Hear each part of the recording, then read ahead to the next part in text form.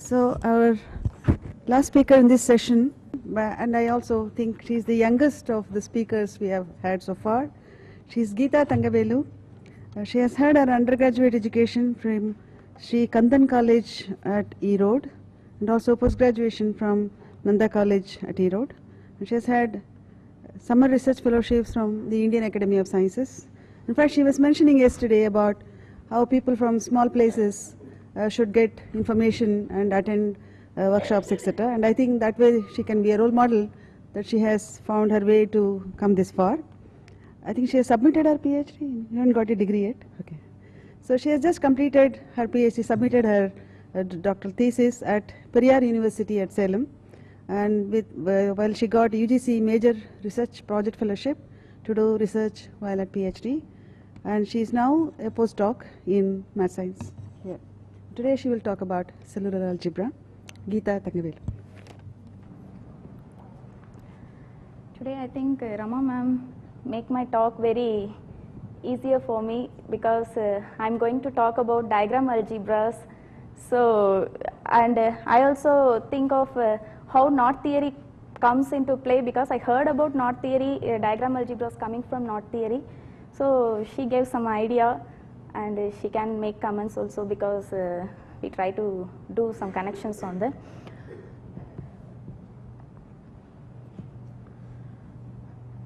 Today I am going to address some problems in representation theory in the philosophy of cellular algebras and how these algebras solves the major problems of representation, finding the representations of diagram algebras, which originally comes from this kind of knot theory, invariant theory and statistical mechanics.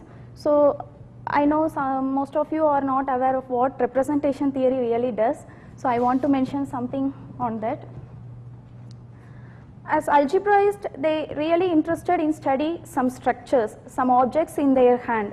It means to say that if you have an object, we want to understand some simpler objects of that kind, to which we glue together that simpler objects to get the original ones. For example, if you have a set of integers, then the prime numbers, prime elements will going to constitute any integer. So the prime elements are the simpler objects of our integer system. And if you have abelian groups, then the cyclic groups will constitute the part where any abelian group you can build from cyclic groups. So the first question is to identify whatever objects in our hand, what are all the simpler ones like these primes and cyclic groups. So primes, how they define, they cannot be further decomposed into the same object of that kind. So this is what we need to do. And this representation theory, as we algebraists always working in abstract structure where we want to understand them very abstractly with vague elements. But we do have some nice structures, concrete structures like matrices, where we can see how the addition, multiplication and everything is going on. So the representation theory is a way it concerns to realize the abstract structures inside some matrices. So whatever operations is going to be in your abstract structure, that turns out to be the addition or multiplication in your matrix rings. For example,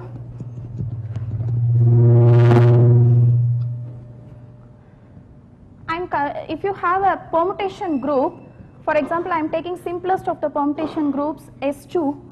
So the identity element can be identified with this matrix and the element 1, 2 can be identified with. But this is not the only way of realizing this permutation groups inside matrices. We can have so many ways to realize that. So of some n cross n matrices with entries from some field. So it as we are speaking algebraically, it should preserve the structure of group that makes it this representation is a group homomorphism if we are in groups, or algebra homomorphism if we are in algebras. Then there is a notion of modules which I want to mention. You can think of the module as a just like an example, any abelian group you can think it as an Z module. For example, if I have an just our abstract abelian group and elements are of type like this, but I have some element from integers, that is 3. I want to make, if I add 3 times an element, it should be another element in this group. I want to mention it as 3A, but 3 doesn't comes from your group. You can't make it an element kind of this. So there comes the notion of modules, which you can give a vector space structure. Just modules are generalizations of vector spaces. In vector space, you define over field. Here we are more liberal, that we can define over a ring. So there is there is a beautiful theory for studying the representations of groups. We just want to study the modules over the corresponding group algebras.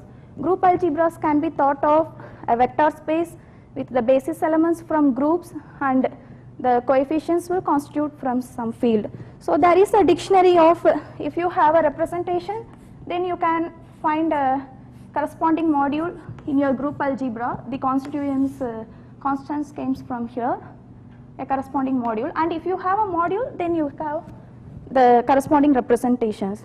Now our question is, what are the simpler objects in which there are so many ways of writing? What are the simple way of writing in which any way can be obtained from this simpler ways? So that is called, the modules are called, that kind of modules, irreducible modules, or I can speak of irreducible representations.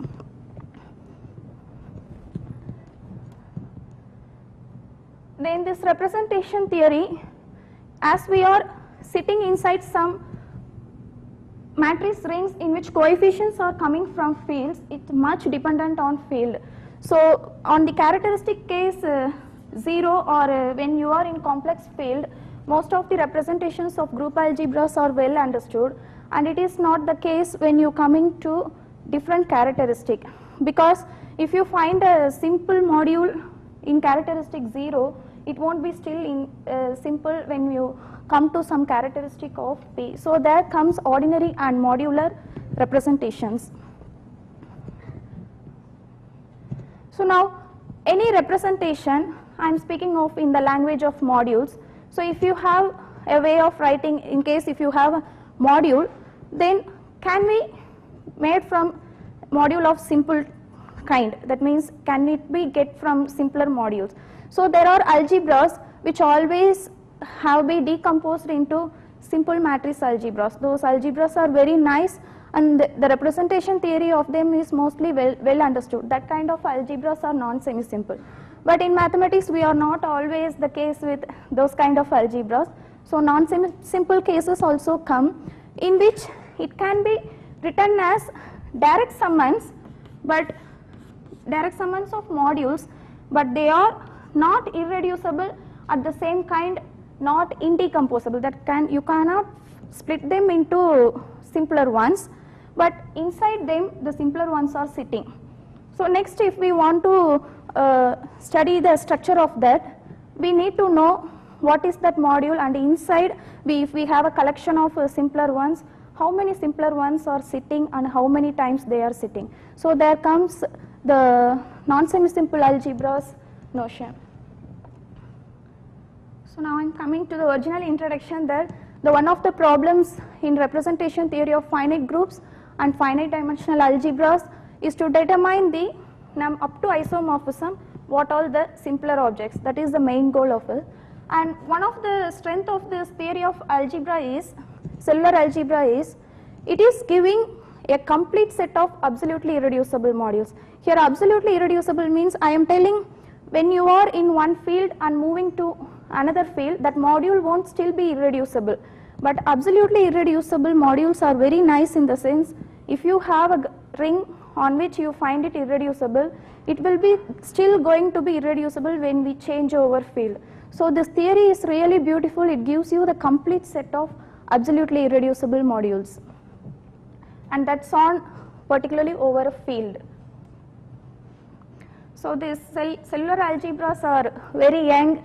It seems in 1996, Graham and Legrer introduced these algebras, and they defined these algebras in terms of a datum called cell datum, which carries every of the information about the representation theory of that algebra combined with some 3 axioms. And they obtained a general description of irreducible representations together with when these algebras are semi-simple, under what cases the algebras which we took are semi-simple or not. And later these are all very combinatorics using lot of symmetric group representations and tableaus.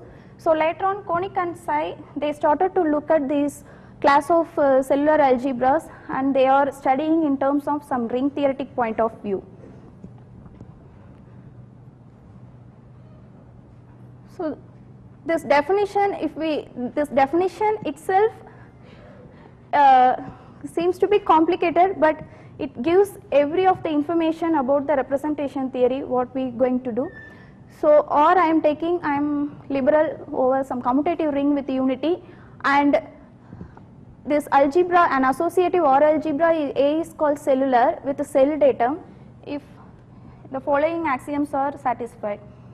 So here this lambda poset, it is supposed to be contain the subset of irreducible sets parameters. That means the number of irreducible modules, that index set will going to be a subset of that. This somehow tells you to which how many number of irreducible modules are there. So associated to each lambda there is a finite set, and for each lambda in lambda we are really going to construct a module, that means a representation among which we can able to speak of the dimension of that representation, because as we want to sit inside some matrix group, it's really interesting on which matrix group, which n we are sitting inside. So that representations, their notion, the dimension of that representation is that on which matrix ring n cross n we are sitting in. So this algebra has an OR basis, this basis is called cell basis. So if we are fixing a lambda, that cell basis are indexed by elements from that particular m of lambda cross m of lambda, and the involution is an OR linear anti-automorphism, that means twisting that pi of xy is going to be pi y pi x. So which signs which happens to be an involution, and which signs CST lambda to CTS. We will see very elementary examples about that, so don't be scared of this definition.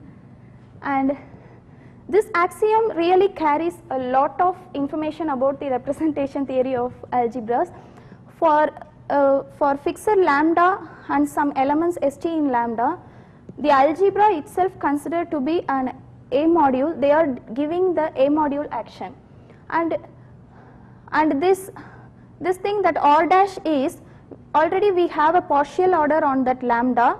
So the higher elements we just collecting in the R dash, and we note that this RA of u comma s is just a coefficient, and this coefficients really carries lot of information about the representation theory of our algebra. So let me start with a very simple example which you are all very much familiar. So I am taking n cross n matrix ring, and the lambda would be the singleton n, and the corresponding, we have only one n, so the associated m of lambda set is just 1 to n, and the matrix units gives the cell basis of this algebra.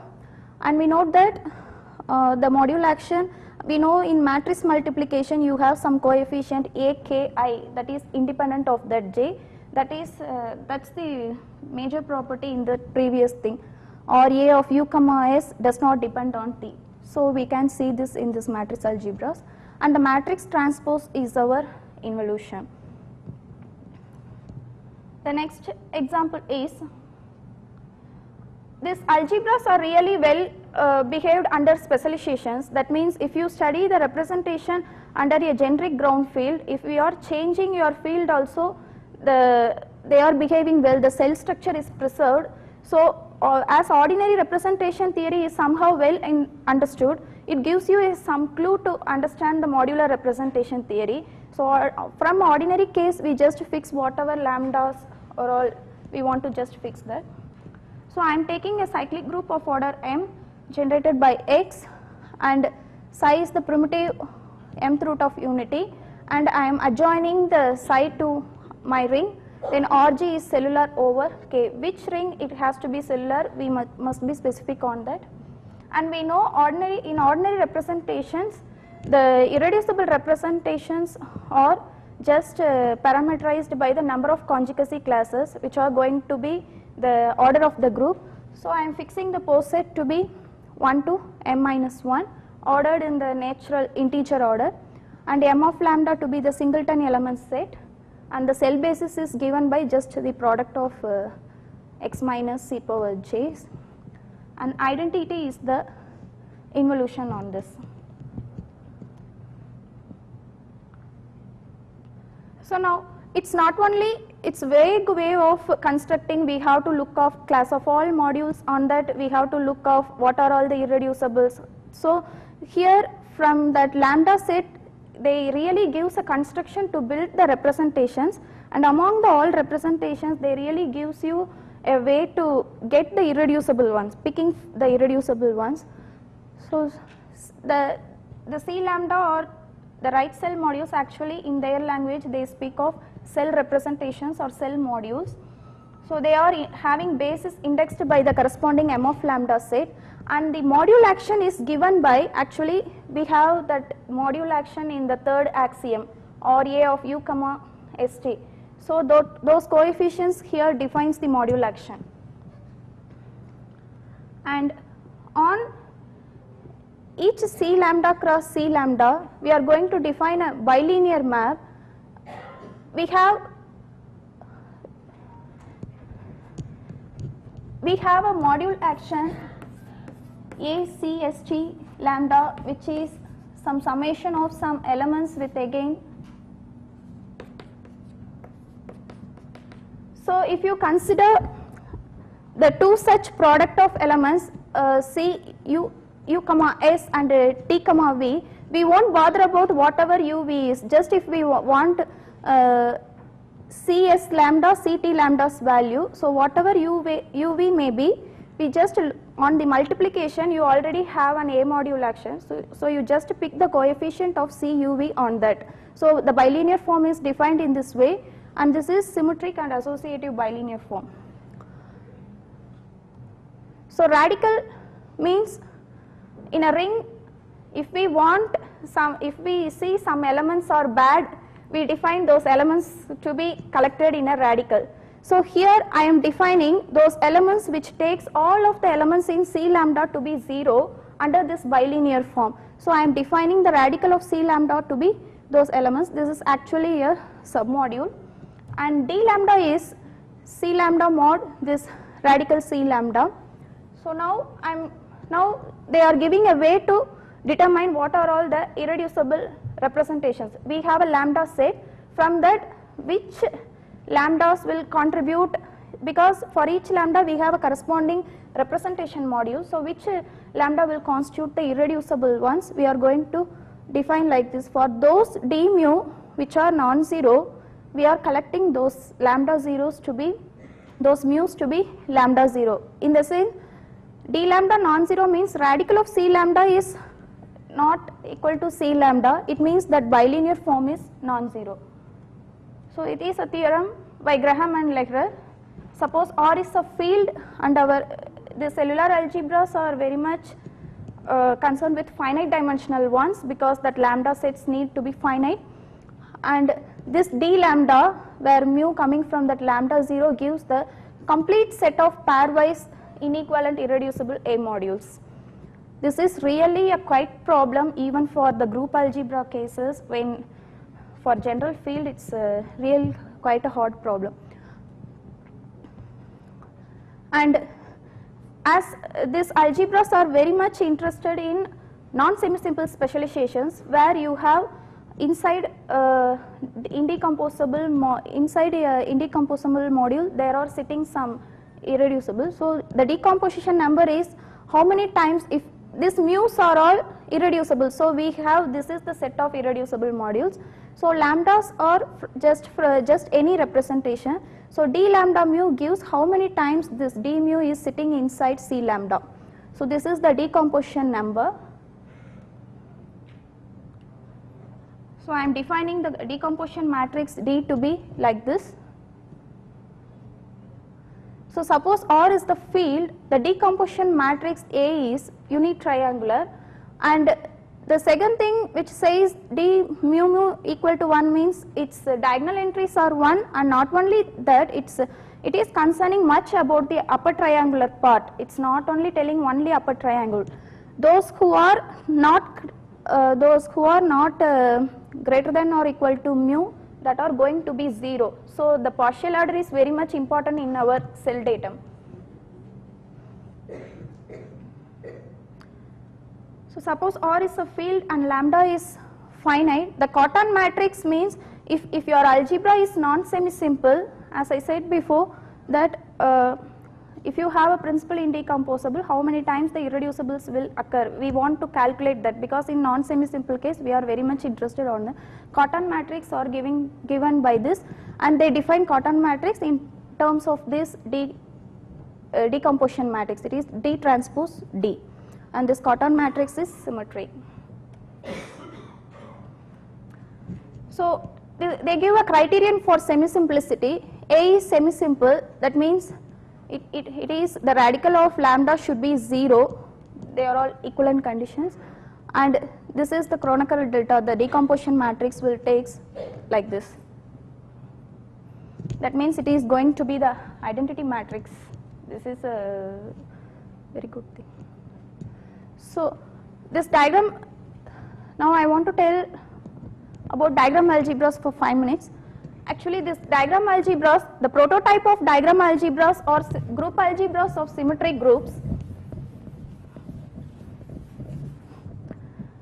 in which you can view the elements of symmetric group like diagrams. If I am in S3 and I am just taking the element 1, 2, I am identifying with 2 rows of diagrams. If I am taking this as 1, 2, 3, then I am identifying this element, 1 is going to 2 and 2 is going to 1, 3 is like this, and 1, 2, 3, the same way I am identifying with 1 going to 2 like this, and the multiplication of this element here is composition, here is just concatenating the diagram.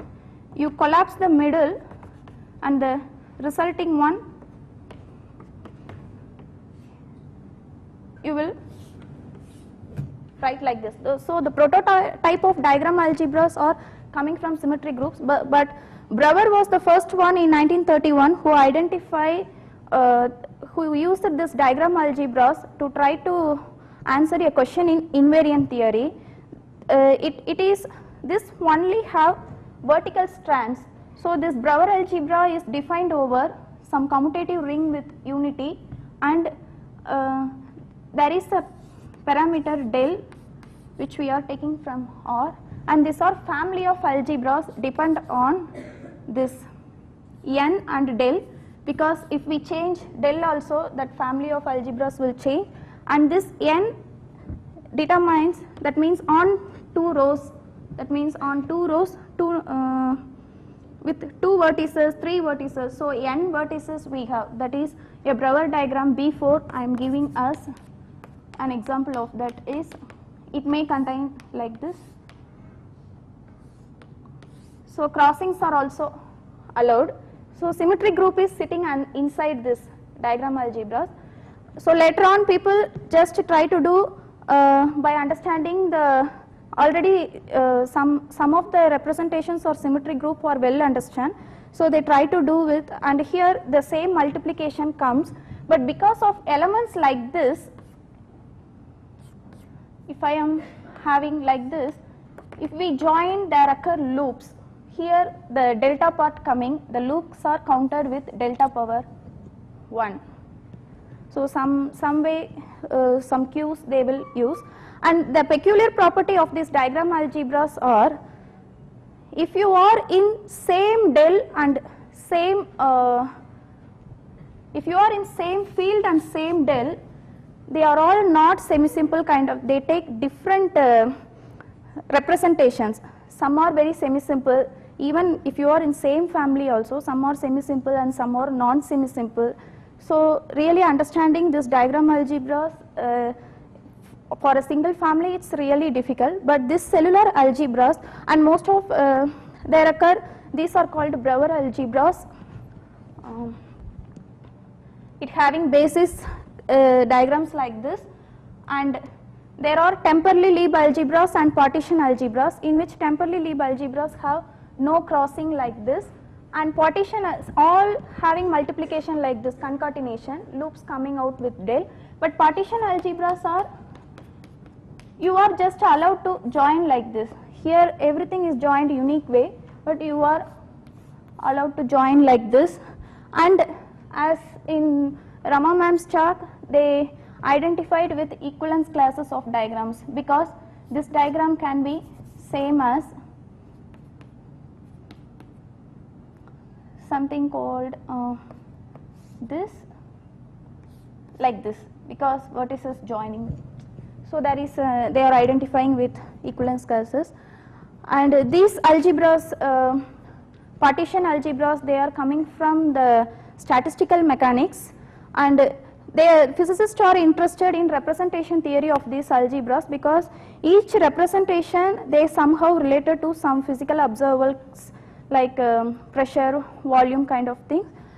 So they just model it abstractly to us, and what we do is we try to do in the cellular algebras. After defining these cellular algebras, only these diagram algebras get lot of interested, and now people are currently working very actively on this area.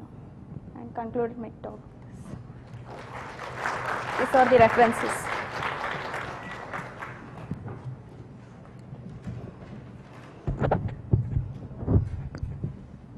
Thanks, Geeta. We can have one question.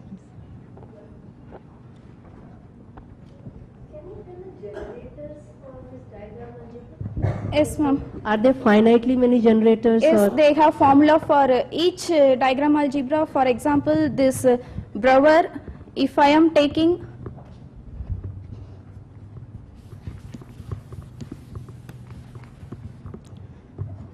B3, that means diagrams having like this, generators will be only on one position, ith position, and for a general n, for on I and I plus 1th position, this EIs, and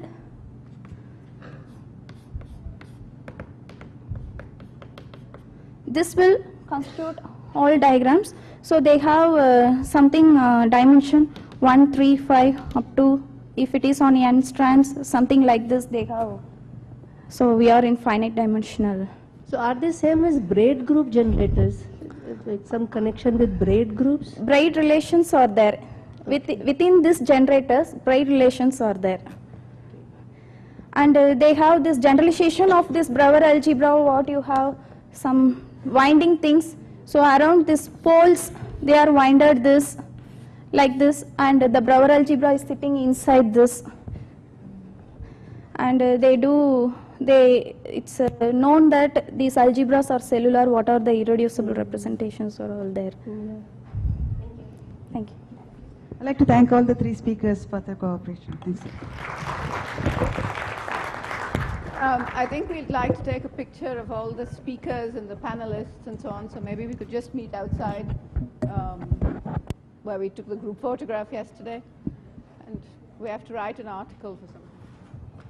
Did everybody hear that? Good afternoon, everyone. I'm Shanti, and it gives me a lot of pleasure to invite you for this panel discussion. And I now request the speakers on the panel to take their places on the stage. Dr. Sharda Ramanan, Dr. Subhashish Gangopadhyay, Dr. Rajiva Karandikar. I'm actually an economist by training, and I'm feeling a little intimidated in this august gathering of all mathematicians. But I have always liked mathematics, not that I have done much of it. But, so I started my career at ISI Delhi, and that is where I met these two gentlemen here. And Sharda, I have had the pleasure of meeting here for the first time. So we'll begin the proceedings with a 15-minute presentation by each of the speakers. And then, I don't know, if you have some questions that are really pressing, you may ask immediately after the talk. Or perhaps we can reserve the discussions for after all the talks are over. We'll leave that up to you, all right?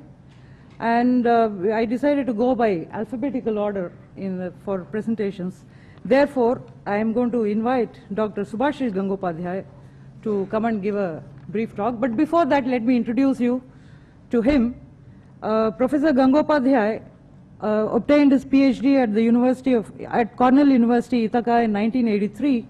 He joined ISI Delhi soon after and was with them for many years. Then he went out to start the India Development Foundation, which is primarily a research institute in the area of social sciences. It does broad areas, not just economics. And he has consulted extensively with governments, continues to do so actually, and top corporates both in India and abroad, in fact governments in India and abroad. He was the economic advisor to the finance minister, Mr. P. Chidambaram, when he was the finance minister then. He is currently affiliated with 3 institutions. One is the India Development Foundation, also known as IDF, and the other is Shiv Nadar University, where he is holding the office of Dean of Social Sciences and Humanities, and the School of Economics, Business and Law at the University of Gothenburg in Sweden, from where he has also received a doctorate honoris causa in 2006. Dr. Subhashish Gangopadhyay. Thank you, Shanti. Thank you. Now I'm ready. I must tell you that I'm neither a mathematician nor a woman, so I don't know what I'm doing here. And I've never worked in the corporate sector either. Right? But I'll try and do the best I can, because Shanti, being a student when I was at ISI, I could not say no when she asked me to come. She did not tell me what I was supposed to do. And when I found out after making the commitment, I was really quite nervous. After having come here, I find mathematicians as a team extremely formidable. So, you know, we economists are more happy-go-lucky. So, I'm a bit nervous, but I'll try to do the best I can, yes? And I will also go beyond the corporate world, because if I have to speak frankly, I don't think in India at least, the corporate sector is ready for mathematicians. But there are other avenues which you can explore, which has a direct and indirect impact on the corporate sector. So I'll be talking about those. Okay. Also, I must warn you that I'm not going to speak specifically about women mathematicians' opportunities. However, if there are any specific questions, then I would be happy to answer them. Okay, so let's first look at the demand side. As I said, that in the corporate sector, the demand comes mostly from financial companies as of today, though I must say that after 2008, there is a slackening of the demand, and I'm sure that Rajiv would be able to say more about those, so I'm going to skip that. In the non-financial companies, as I said, there is very little demand as yet, because we are still to become a knowledge-based society. And somehow the corporate sector finds it easier. This is not being taped, right? No, good. Finds it easy. It's easier to go with a bag of suitcase than some mathematical formula to get things done, right? So in that sense, the non-financial companies are not yet geared to the idea of generating or creating knowledge within themselves to be able to strategize and take on the corporate world. Though I must say that there are certain progressive, far-reaching companies that have, become aware of this problem, especially in a global world, right? So some opportunities will be opening up, and I will talk a little bit about them. But as of now, they are yet to come in a very big way. But the most important thing where mathematicians can play a huge role in society is in what I call regulatory bodies and in policy making.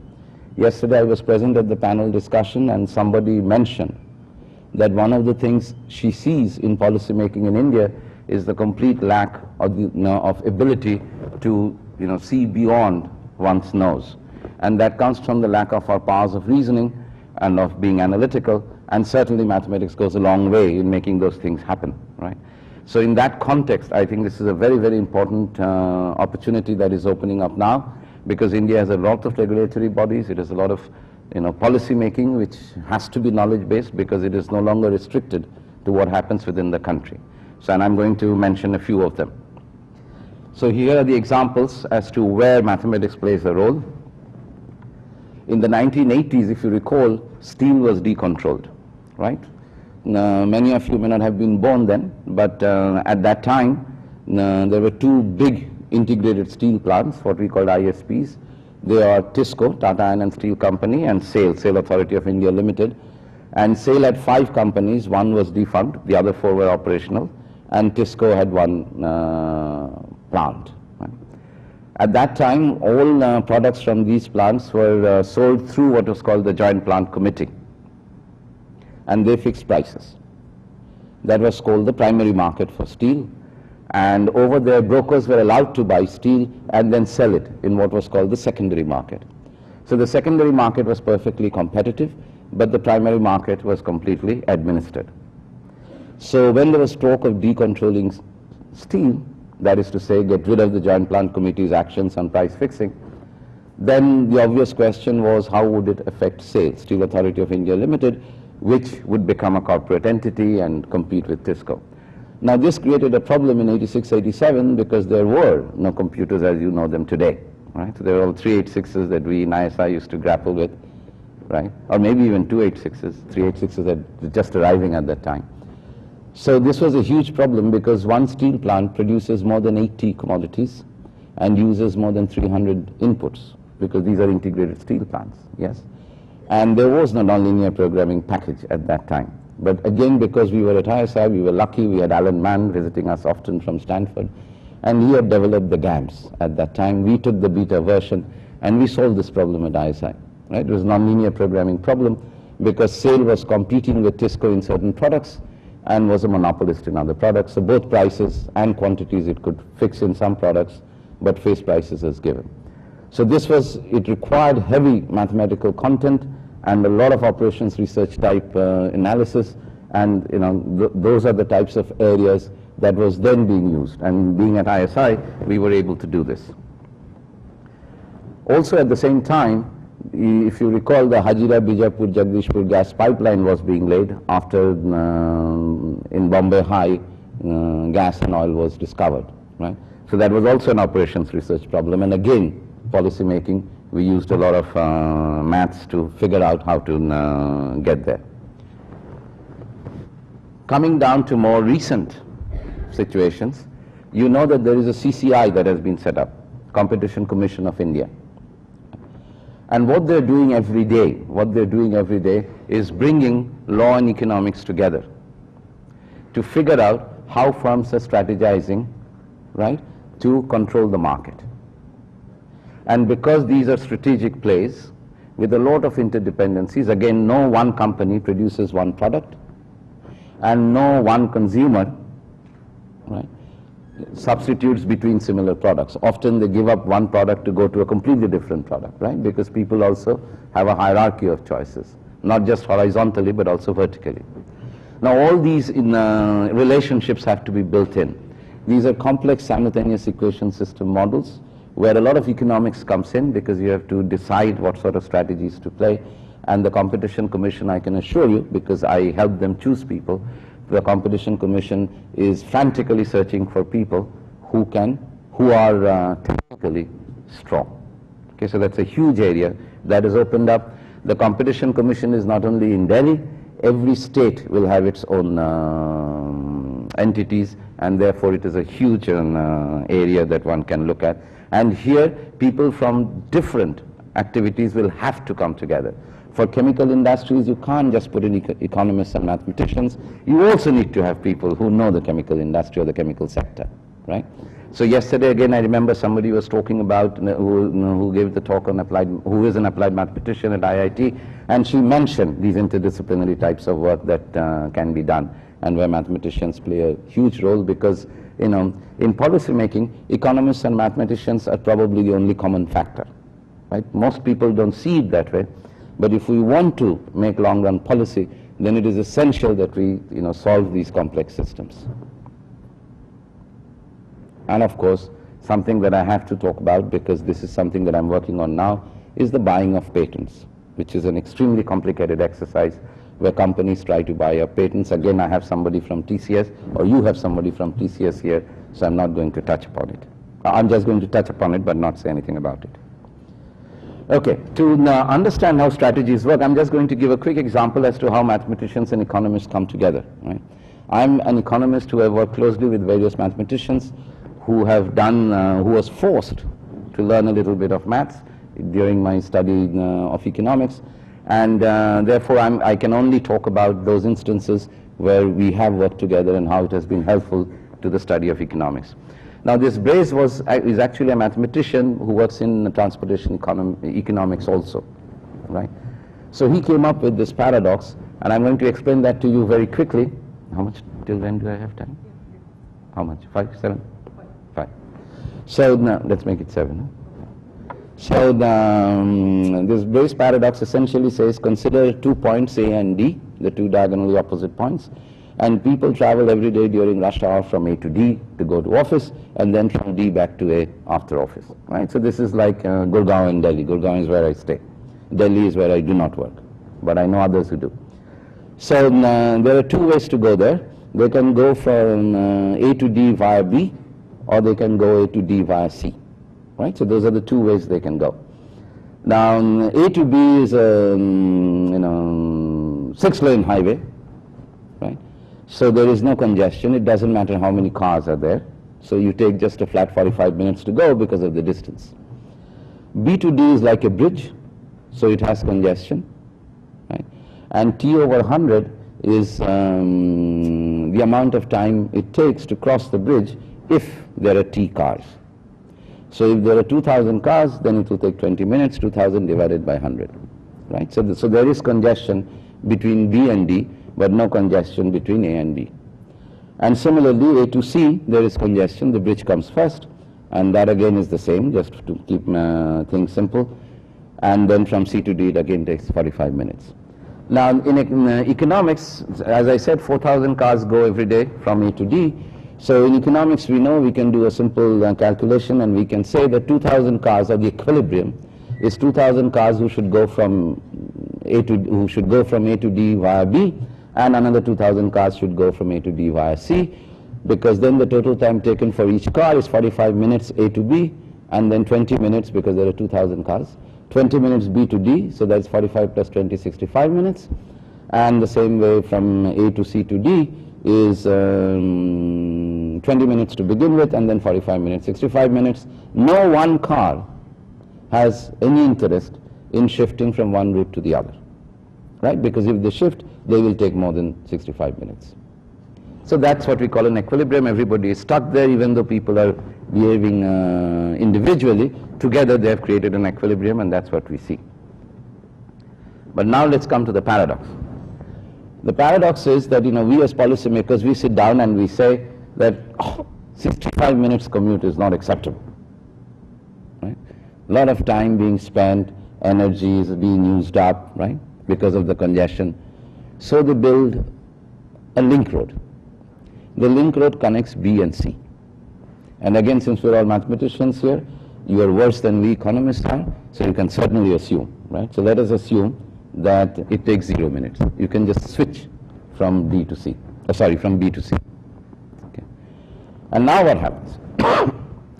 Consider the guy who was going from A to C to D. There were 2,000 cars to begin with. That was the original equilibrium. The road has been opened up today. So that car says, now why should I go for 45 minutes from C to D? I can just switch to B, right? And then spend another, there are 2,000 cars already, then spend another 2,001 divided by 100, so that would be 20.1 minutes. So then in 40.1 minutes I'm at D, if I just switch from C to B. Yes?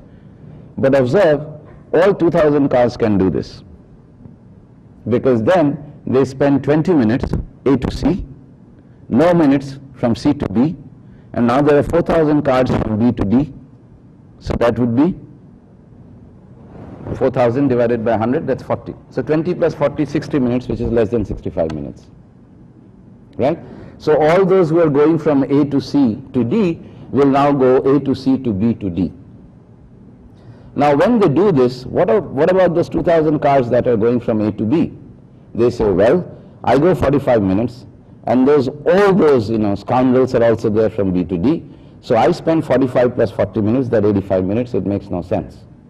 If I switch from A to B, from A to B to A to C, then even if all the other 2,000 that are traveling with me from A to B switch, then instead of 45 plus 40, which is 85 minutes, I will spend 40 plus 40, which is 80 minutes. Because all 4,000 cars will then be from A to C, no time taken from C to B, and then 40 minutes taken from B to D. So we have built a new road, and we have increased everybody's time of travel. Okay. So this was Bayes' famous paradox, and it shows the way economists think, that you cannot plan when people are behaving rationally and individually. This problem is happening because individually they are deciding to move. If they didn't decide individually to move, then this so-called fallacy of composition would not have happened. Okay. So now here is an economics, transportation economics problem that was attacked by Bayes, who is a mathematician, spoke to the economists, understood what the economist concept of aggregate equilibrium is, and came up with this paradox to be able to explain how you should be doing policy. Right? And everybody says economics is common sense. That is probably because we stay away from mathematicians too much. Right? So as you can see, it is not common sense. Okay. Now, why can't we have these sorts of problems? And this is because of the supply of mathematicians. And here I'm going to be a bit tough, but all in good honesty. Okay. You see, as I said, knowledge of mathematics keeps the thinking tight, but mathematicians must know how to use their tools of analysis. I personally think that to become a knowledge-based economy, we must have greater analytical rigor. The best way to have it is through the training in mathematics. But mathematicians shun other disciplines. I know that. I've stayed in ISI for 19 years. Right? So I know that. So that you should not do. Right? There should be a more interaction between mathematicians and non-mathematicians. Right? Some of us have been lucky. We have been able to maintain that interaction. Right? But I must tell you that we are very few in number.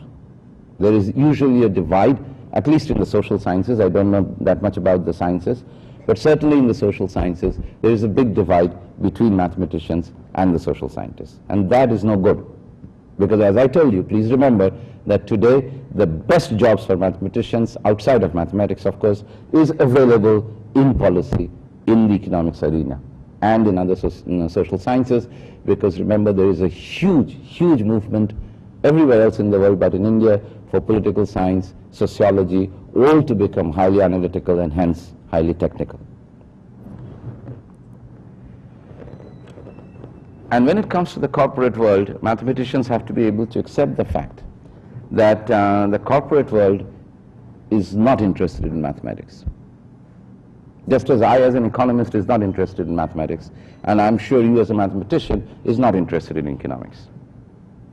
Right? But if we need to work together, then we need to understand each other's demands. Since the corporate sector is paying, we have to give it a certain priority in understanding their demand. Right? And for them, mathematics is a tool to achieve their ends. So we have to be able to tailor-make. We can still do esoteric stuff. And indeed, unless we do esoteric stuff or abstract stuff, the discipline doesn't progress. Right? But we also need money to be able to do this esoteric stuff. And this is where I think disciplines need to get together so that they can interact with each other to solve problems which, are common problems, or problems where the tool exists in some other discipline. Okay. I'll stop here. Thank you.